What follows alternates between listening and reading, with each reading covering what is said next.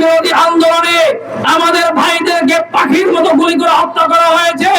যে ইনসাফ বাংলাদেশ গড়ে তোলার জন্য 2024 সালের জুলাই আন্দোলনে ছাত্র জনতার সমষ্টিক আন্দোলনের মাধ্যমে এই স্বৈরাচারকে আমরা বিদায় করেছি, সেই ইনসাফের বাংলাদেশ আজ আমাদের কাছে এখনো অধরা। এর কারণ হচ্ছে ছাত্র জনতার রক্তের উপর প্রতিষ্ঠিত এই নতুন বাংলাদেশে বিএনপি সরকার ক্ষমতায় অধিষ্ঠিত হওয়ার পরে ছাত্র জনতার এই জুলাই বিপ্লবকে অস্বীকার করতে চায়। শুধুমাত্র অস্বীকার করলে চলতো, তারা অস্বীকার করে ক্ষান্ত হয় না, তারা এই জনগণকে জুলাই বিপ্লব ভুলিয়ে দিতে চায়। বিএনপি সরকারকে বলতে চাই, জুলাই বিপ্লবকে অস্বীকার করলে স্বৈরতন্ত্রের পথকে প্রতিষ্ঠিত করা হবে। নতুন এই বাংলাদেশে কেউ যদি নতুন ভাবে স্বৈরাচার হওয়ার স্বপ্ন দেখে, ছাত্র জনতা তাদেরকে রাজপথে মোকাবেলা করবে ইনশাআল্লাহ। সংগ্রামী ভাইরা আমার, নতুন এই বাংলাদেশে আমরা আশা করেছিলাম পুরাতন যে বাংলাদেশ ছিল সেই বাংলাদেশের মতো মামলা বাণিজ্যের রাজনীতি আমরা দেখবো না, গুম খুনের রাজনীতি আমরা দেখবো না, বিচার বিভাগের মতো ভঙ্গুর বিচার ব্যবস্থা আমরা দেখবো না। কিন্তু আমরা দেখলাম বিএনপি সরকার ক্ষমতায় আসার পরে শুধুমাত্র ফেসবুকে পোস্ট দেওয়ার কারণে আমার ভাই আইনুল হক কাসিমকে গ্রেফতার করা হয়েছে, আমার বোনকে রাতে অন্ধকারে গ্রেফতার করা হচ্ছে।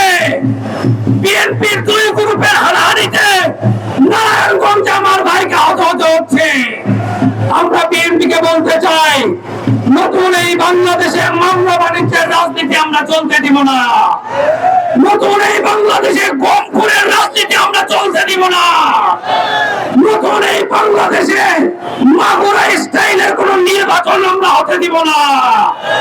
সংগ্রামী ভাইরা আমার, বিএনপি আমাদেরকে বলেছিল নতুন বন্দোবস্ত নিয়ে সবার আগে সবাইকে নিয়ে বাংলাদেশ গড়ার প্রত্যয় নিয়ে তারা দেশ গড়ে তুলবে। কিন্তু আমরা দেখতে পেলাম অন্তর্বর্তীকালীন সরকারের 133টি অধ্যাদেশের মধ্য থেকে মাত্র 90টি অধ্যাদেশ নাম কাওয়াস্তে তারা গ্রহণ করেছে, কিন্তু 20টা অধ্যাদেশ তারা বাতিল করার পায়তারা শুরু করছে। এই 20টা অধ্যাদেশের মধ্য থেকে গুরুত্বপূর্ণ এমন কিছু অধ্যাদেশ রয়েছে যে অধ্যাদেশের উপর ভিত্তি করে হাসিনার স্বৈরতন্ত্র প্রতিষ্ঠিত হয়েছিল। সেই অধ্যাদেশের মধ্যে একটি অধ্যাদেশ হলো গুম প্রতিরোধ অধ্যাদেশ। ইন্টারিম গভর্নমেন্ট তারা আইন করেছিল, যারা একজন নাগরিককে অবৈধভাবে গুম করবে তাকে সর্বোচ্চ শাস্তি মৃত্যুদণ্ড দেওয়া হবে। কিন্তু আমরা দেখলাম এই বিএনপি বিগত 17 বছর যাবৎ যারা সবচেয়ে বেশি গুমের শিকার হয়েছে সেই বিএনপি আছে আজকে গুম অধ্যাদেশকে বাতিল করার জন্য পায়তারা করছে। আপনারা ইলিয়াস আলীর রক্তকে ভুলে যেতে পারেন, কিন্তু আমরা আমাদের শহীদ ভাইদের রক্ত ভুলতে পারি না। বিএনপিকে বলতে চাই, হাজার বছর চেষ্টা করলে আপনারা আওয়ামী লীগের মতো স্বৈরাচার হতে পারবেন না।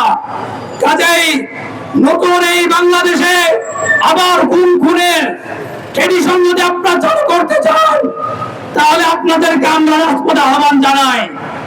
ছাত্র জনতা 16 বছরের স্বৈরাচারকে যেমন 16 দিনে প্রত্যাখ্যান করেছে, আপনাদেরকে প্রত্যাখ্যান করতে আমাদের 16 ঘন্টা লাগবে না। আমরা নতুন বাংলাদেশে এই সংবিধান সংস্কারের জন্য আবেদন করেছি, আমরা ভোট দিয়েছি।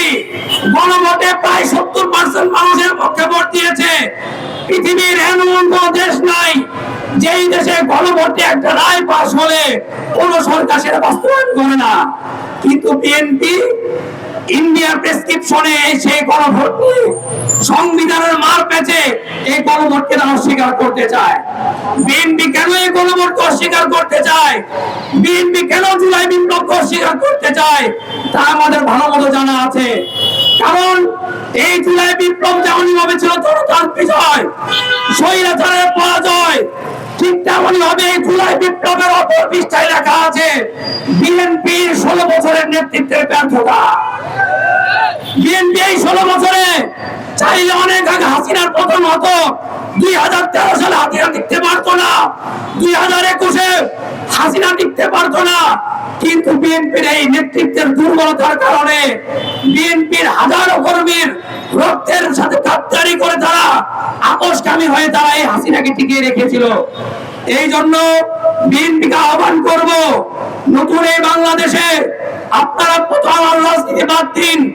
নতুন এই বাংলাদেশের ছাত্র জনতা 16 বছরের স্বৈরাচারকে যদি প্রত্যাখ্যান করতে পারে, আপনাদেরকে প্রত্যাখ্যান করতে তারা দ্বিতীয়বার হবে না।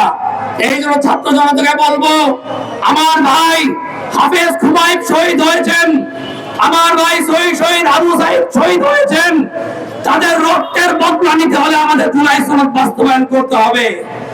এই জুলাই সনদ বাস্তবায়নের ক্ষেত্রে আমরা কারো রক্তচক্ষু পরোয়া করবো না ইনশাআল্লাহ। আগামী দিনে এই জুলাই সনদ বাস্তবায়নে সকল কর্মসূচিতে ছাত্র জনতার উদাত্ত আহ্বান জানিয়ে আমি আমার সংক্ষিপ্ত বক্তব্য শেষ করছি। নাসরুল মিনাল্লাহি ওয়া বারাকাতুহু।